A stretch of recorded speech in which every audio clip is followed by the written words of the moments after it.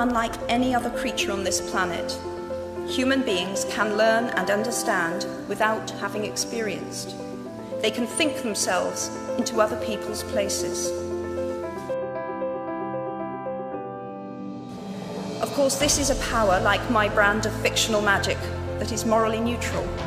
One might use such an ability to manipulate or control, just as much as to understand or sympathize. And many prefer not to exercise their imaginations at all. They choose to remain comfortably within the bounds of their own experience, never troubling to wonder how it would feel to have been born other than they are.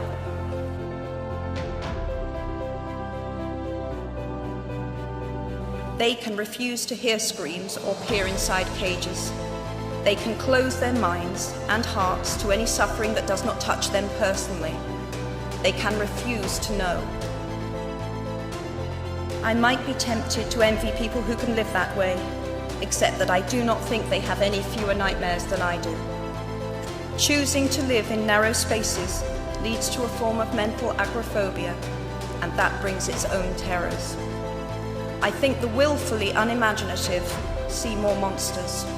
They are often more afraid.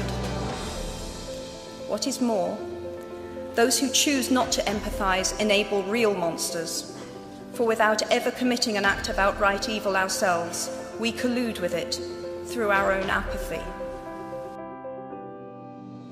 One of the many things I learned at the end of that classics corridor down which I ventured at the age of 18, in search of something I could not then define, was this, written by the Greek author Plutarch. What we achieve inwardly will change outer reality. That is an astonishing statement, and yet proven 1,000 times every day of our lives. It expresses in part our inescapable connection with the outside world, the fact that we touch other people's lives simply by existing.